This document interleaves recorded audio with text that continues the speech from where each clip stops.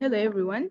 This is Kagoro Firdaus from Group 17, Machine Learning, and I'm here to take you through multi-strategy learning. Well, first of all, multi-strategy learning is an approach in machine learning that combines various strategies or techniques to improve learning outcomes and model performance.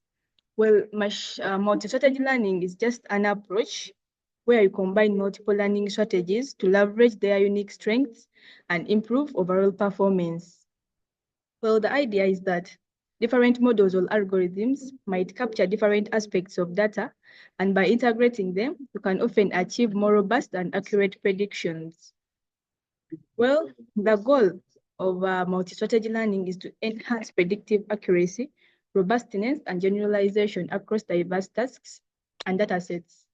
By employing a multi-strategy approach, systems can adapt more effectively to complex environments and provide more reliable results. Well, key approaches in multi-strategy learning. First of all, there are mainly three: the hybrid models, the ensemble methods, and the dynamic methods. Well, we first go through the hybrid models. The hybrid models, these are models that integrate multiple learning strategies within a single framework. These models might combine complementary strengths or different approaches to improve or achieve better performance and give better results. Well, the hybrid learning approaches, in some cases, they might also refer to as the integrating different learning paradigms. And we have basically three examples: the supervised plus unsupervised learning, symbolic and statistical learning, instance-based and model-based learning. We go through the unsupervised learning plus that's the supervised learning. Well, it has steps. And the first step is the technique uses unsupervised learning. Technique uses unsupervised learning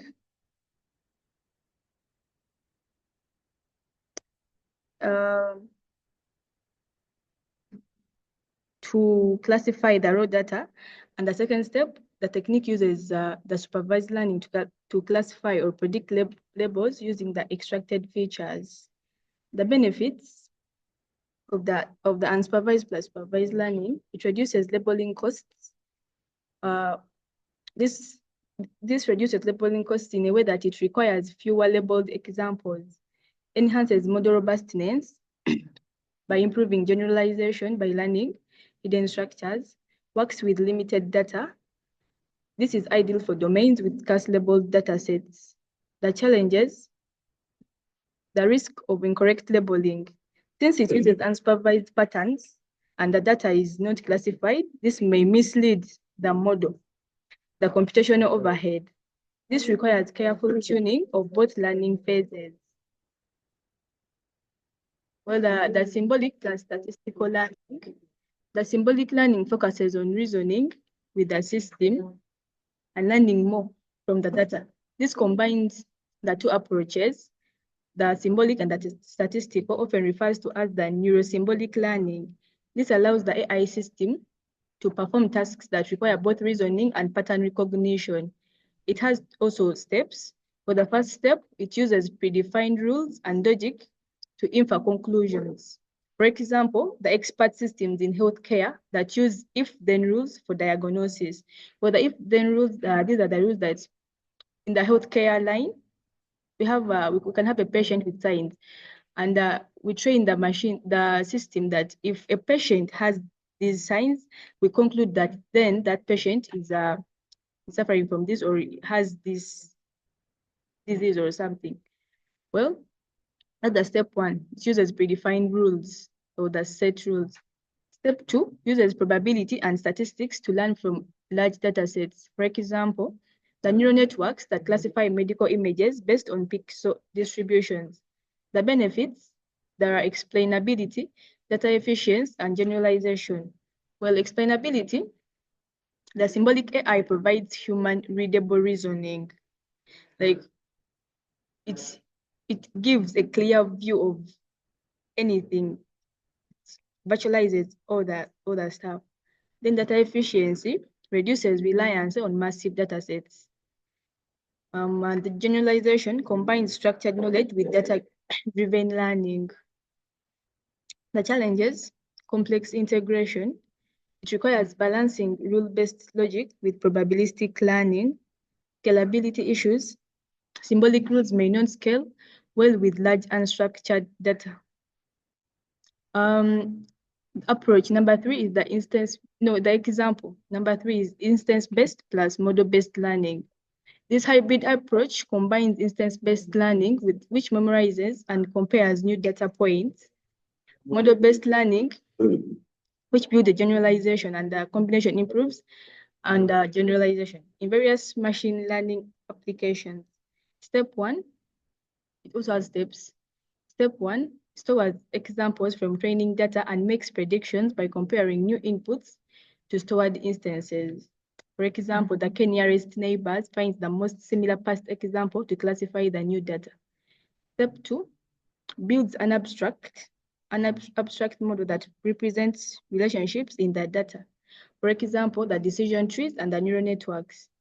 Benefits, it also has adaptability, better accuracy, and generalization. Doesn't differ so much from the symbolic and the unsupervised.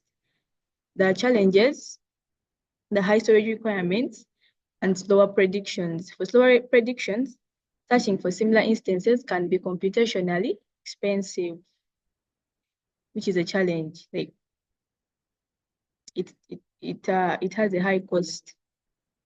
The ensemble methods. The ensemble learning methods, these are multiple learning methods that combine predictions of multiple models.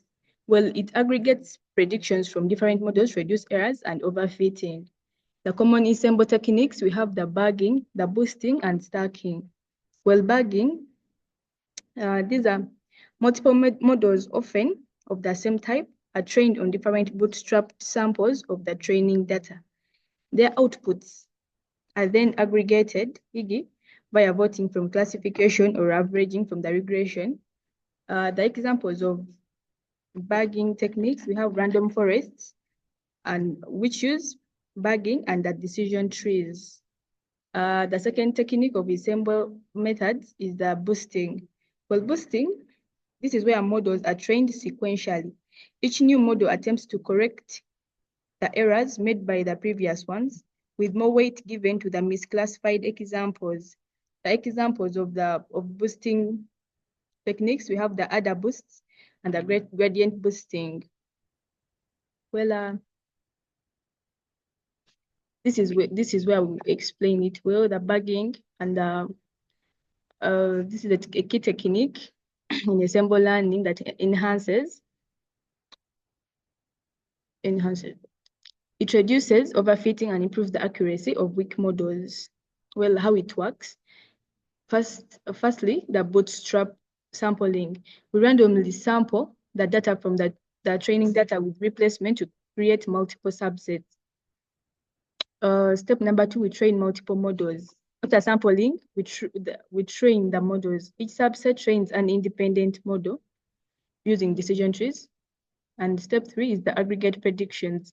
The final output is obtained by averaging or majority voting. The key benefits of bagging: reduces variance, improves stability, and enhances accuracy. Well, it helps to prevent overfitting, as we said, so it reduces the variance. Well, works well with high variance models, so it improves the stability of the model, and aggregation of multiple weak models strengthens overall performance. Boosting, as we said, is also another ensemble learning technique, and this technique focuses on reducing bias by iteratively improving the performance of weak learners.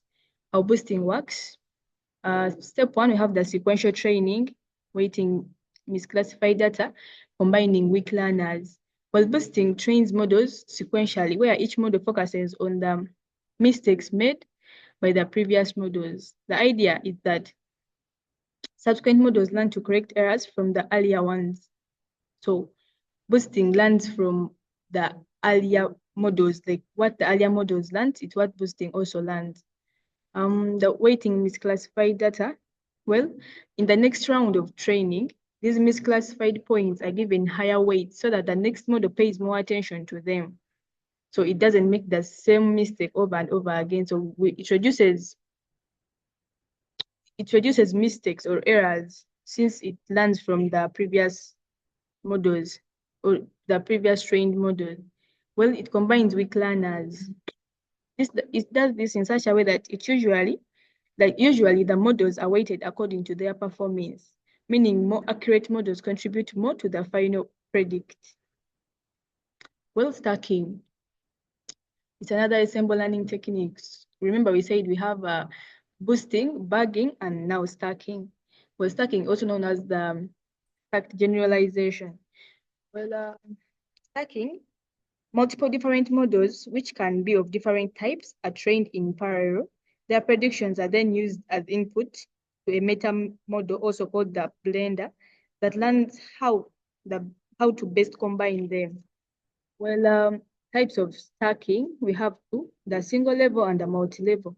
For the single level, uses predictions that are directly used by a single metadata model.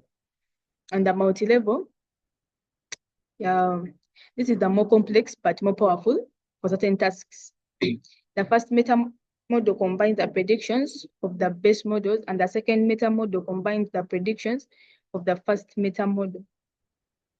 We have the dynamic strategy selection. This is the third technique in multi-strategy learning. Remember, we had the hybrid, the ensemble, now the dynamic.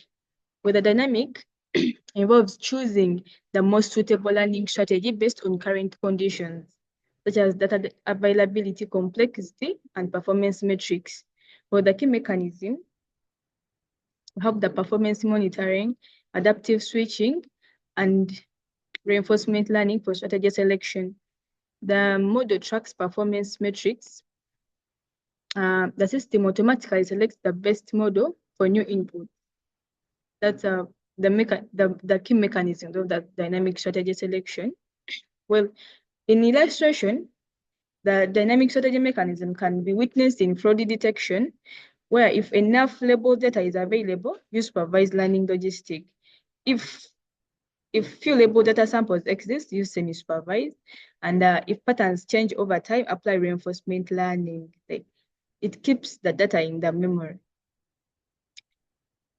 Modular architectures. Modular architectures break down learning tasks into separate measures where each module specializes in a different learning strategy. These modules communicate and share insights for better decision making. For example, the autonomous vehicle navigation. Well, for supervised learning, it recognizes traffic signs. Well, remember, supervised learning uses labeled data. Like it uses data in the memory that is put in the machines. So the autonomous vehicle navigation, the supervised learning recognizes traffic sign since it is already programmed. The unsupervised learning in this module, it clusters road environments, the urban, the highway, the rural. Like it's just the random data. You don't need to use the labeled data. Well, reinforcement learning learns how to drive safely. We are trying to demonstrate the modular architectures. Well, module 3 learns how to drive safely by interacting with the environment. The meta-learning frameworks. Well, I will let my colleague take you through the meta-learning frameworks and the rest.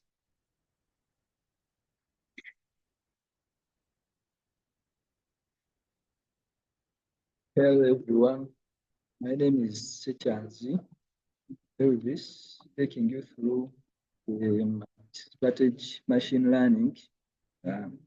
Meta learning, this optimizes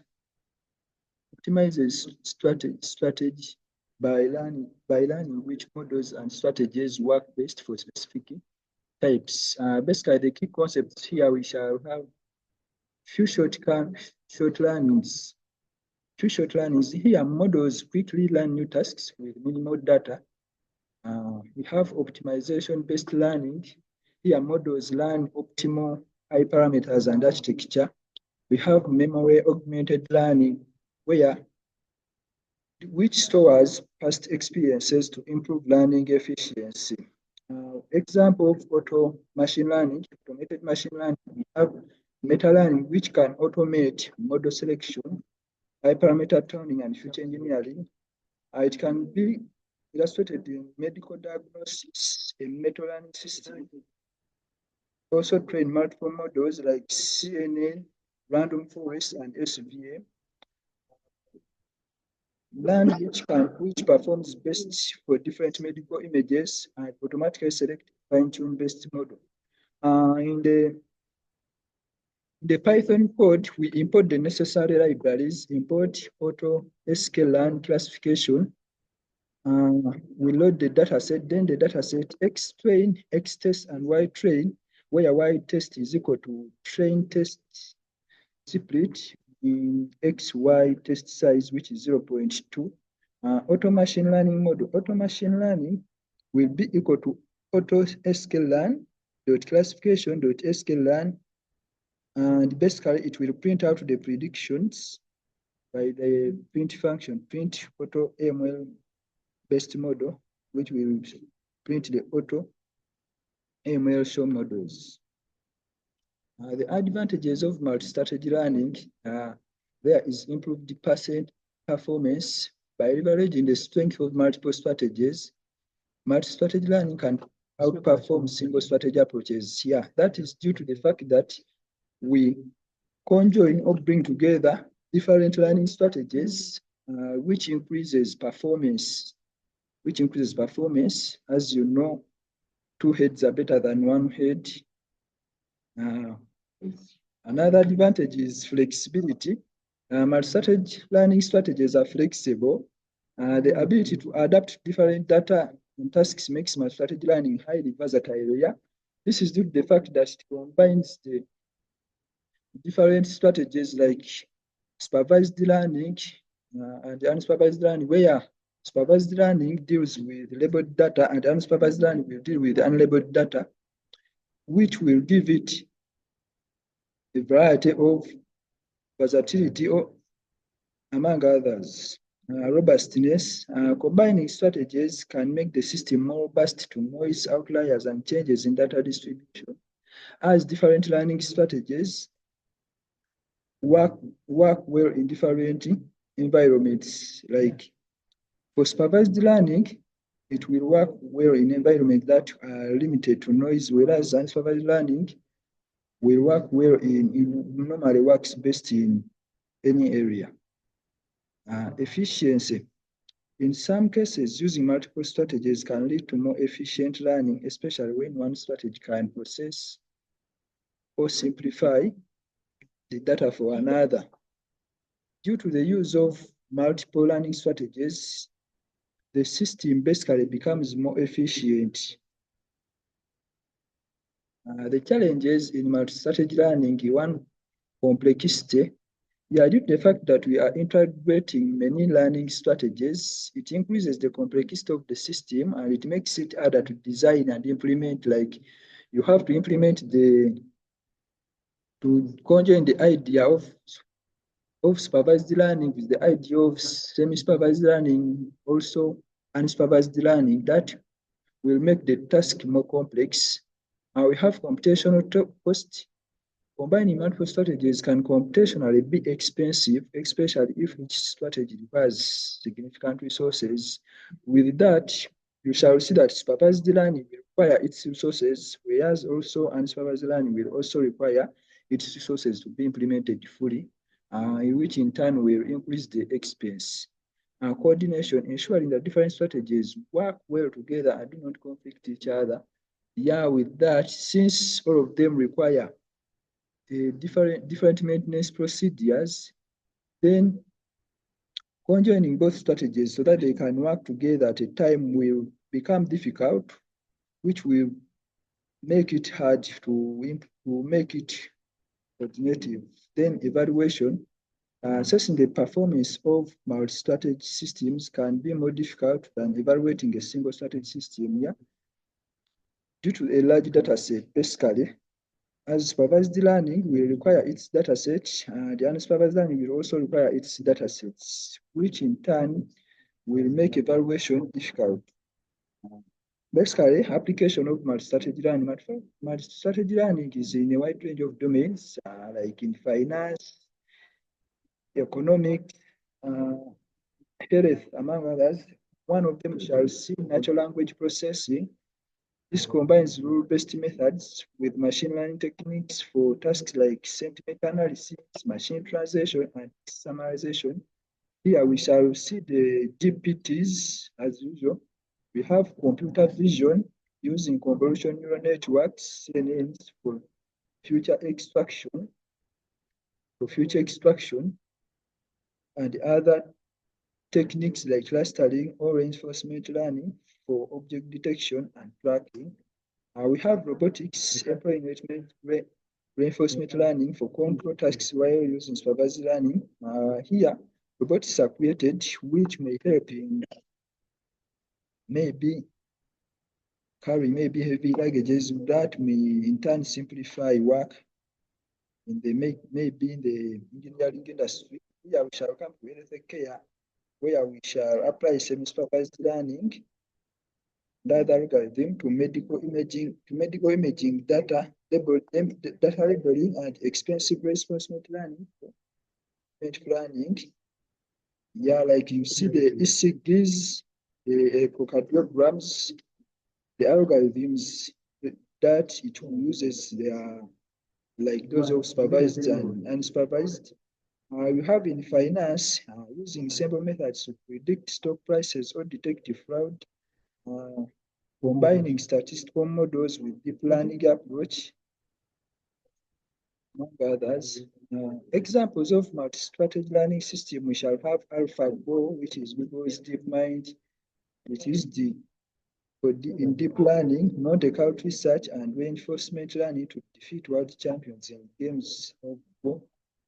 We have self-driving cars. These are autonomous vehicles which often use a mix of computer vision, sensor fusion, reinforcement, and to navigate complex environments. We have the chatbots. Many modern chatbots combine rule-based systems with machine learning models to handle both structured and unstructured inputs. And the future directives, automated strategy selection, which involves developing algorithms that can automatically determine the best combination of strategies for a given task. And interpretability here involves enhancing the interpretability of multiple strategy systems so that users can understand how decisions are made in these systems. We have scalability. This involves the scalability of multi-strategy systems to handle larger data sets and more complex problems. Human AI collaboration will involve exploring ways to integrate human input and feedback into multi-strategy learning systems, which in turn will enhance their performance. Basically, multi-strategy learning represents a powerful paradigm for building intelligent systems which are capable of working on a wide variety of tasks. By combining the strength of different learning strategies, it also offers potential for improved performance, flexibility, robustness, among others. With that, I will break down supervised learning, which is a type of machine learning also where a model is trained using labeled data and it learns from input-output pairs, meaning that the data set contains both input variable and corresponding output variable. We have in supervised learning can be classified into classification as one type. The model predicts discrete labels, for example, predicting whether an email is spam or not spam. With it, there will be an inputted email or the futures, which in turn the output will be either no spam or there is spam in the email. From the equation, from this Python code, we shall input the necessary libraries, a test split, a random forest classifier, accuracy score, among others.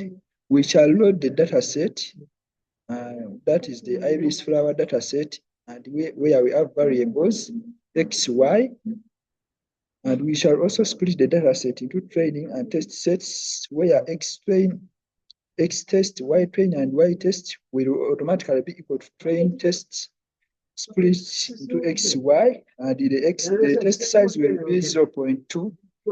Random state will be 42. We have the train classifier, where the model is equal to random forest classifier. We shall then make predictions, and actually we shall evaluate the accuracy by accuracy will be equal to accuracy score, and the variable will be y test, y prediction.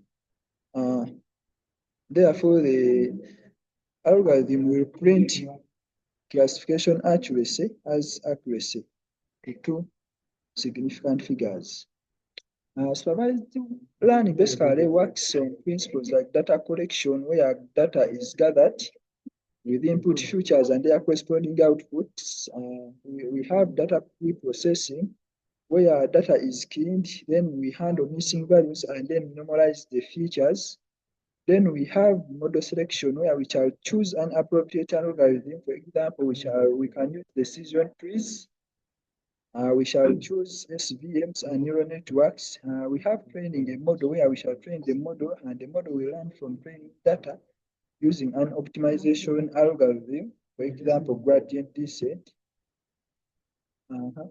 We shall also evaluate the performance, and the performance there will be tested using metrics such as accuracy for classification and MAE for regression. We shall also predict or make a prediction.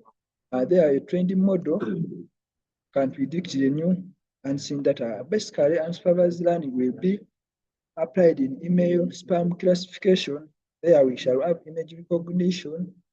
We shall have fraud detection and medical diagnosis. Basically, email spam classification, it can classify whether the email is spam or not spam by entering the inputs and the outputs. We have image recognition, where it can recognize one's image whether by entering data of that person, and will recognize the image. Fraud detection, basically we enter data maybe in the banking system, and it can, if the data inputted and the output data of previous users, the machine will predict whether the data is from fraud or not fraud.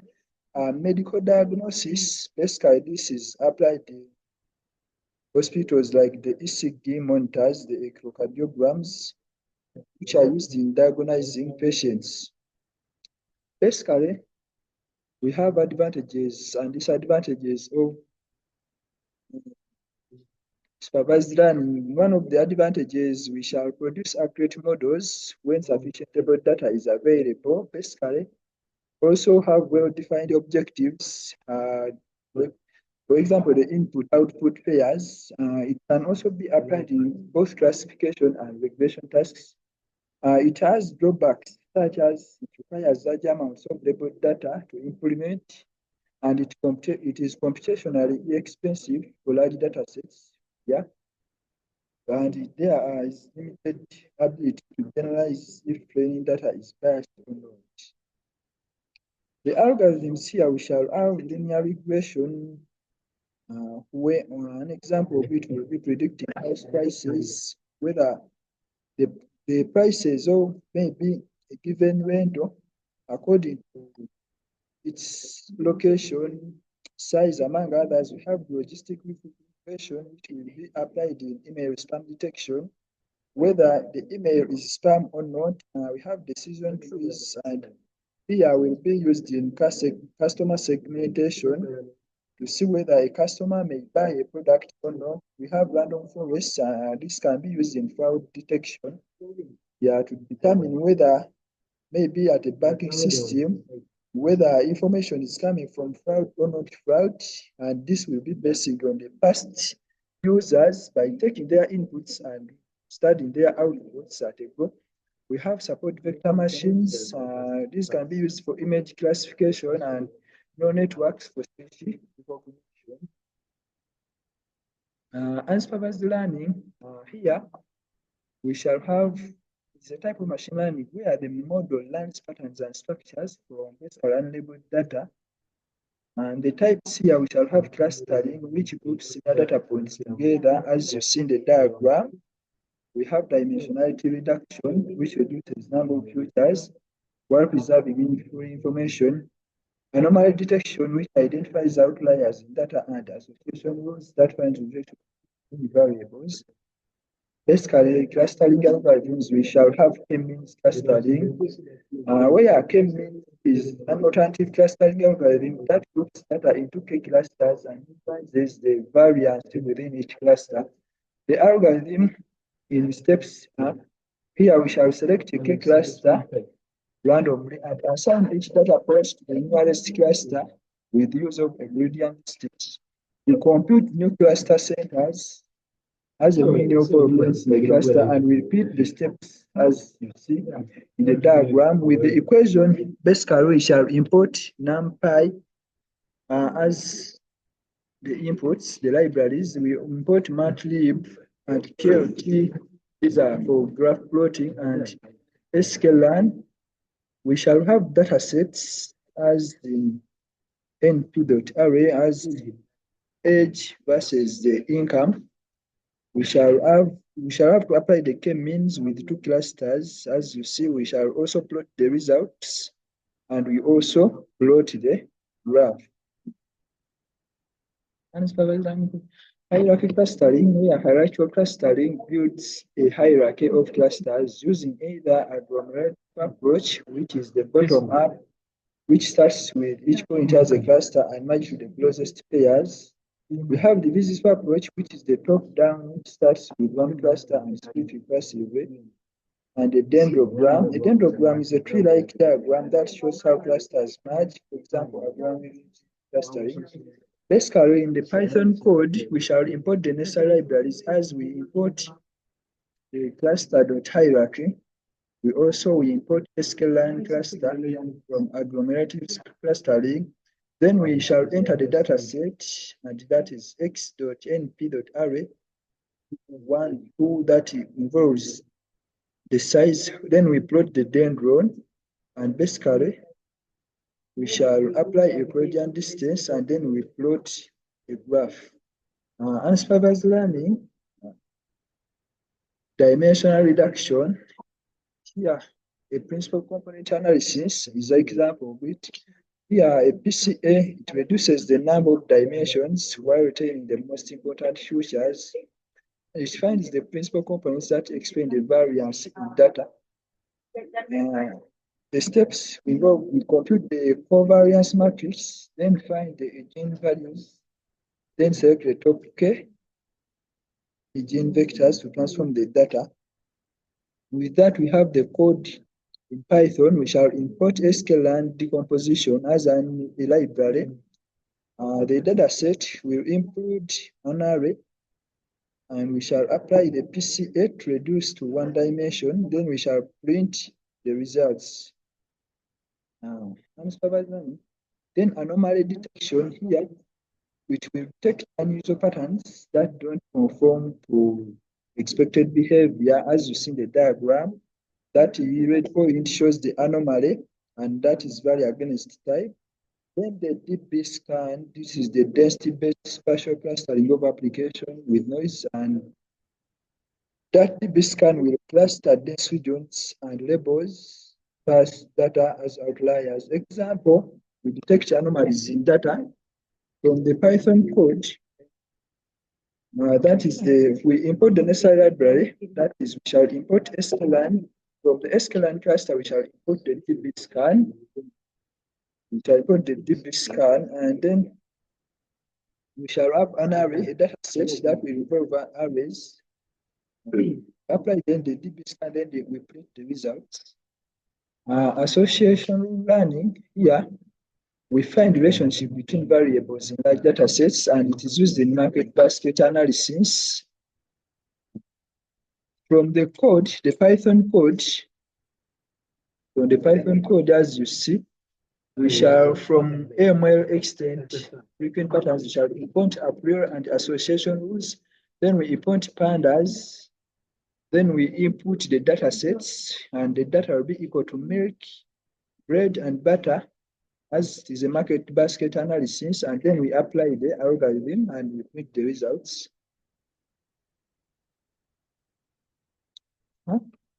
Semi-supervised learning, let's also have a brief on it. And this semi-supervised learning is a machine learning approach. It combines a small amount of labeled data, that is supervised learning, and this large amounts of unlabeled data, which is unsupervised learning. And it is useful when labeling data is expensive or time-consuming. Its advantage is that it uses small amounts of labeled data effectively, and it improves the accuracy of purely unsupervised learning. It reduces annotation costs, and it is useful in real-world scenarios. And the disadvantages, there is risk of incorrect assumptions about data structure, which it also requires careful tuning unless it is less effective, as you see in the diagram. We have semi-supervised learning approaches. We have self-training. Basically, a model will be first trained on labeled data. The model then labels some of the unlabeled data, and the new labeled data is added to the trained set. The model is retrained iteratively. An example, train an initial model on labeled data, then predict the labels for unpredicted data, then add confident prediction training data. Basically, we shall again retrain the model. From the Python code, as you see, we shall import the necessary libraries, numpy for numerals, and we shall import the train test metrics among the linear model, among others. Then we shall have a sample of a data set that will be labeled data. That is X, which is labeled, and Y, which is also labeled. We shall have also a sample of unlabeled data. Since it is semi-supervised learning, we should have both supervised and non-supervised data sets. We shall then train the initial model. Basically, we shall also predict labels for the unlabeled data and merge the labeled and the labeled pseudo data. Then we shall again retrain the model and print the results in turn. Basically, semi-supervised learning continuation, we have code training, which uses two models trained on different future sets, and each model labels some unlabeled data and other model is trained on it. The graph-based learning, it represents a data as a graph, and labeled data propagates information through the connection to the labeled or unlabeled data. We have generative methods, semi-supervised GAN values, and it uses different techniques to generate labels. With that, that is all we had for the group.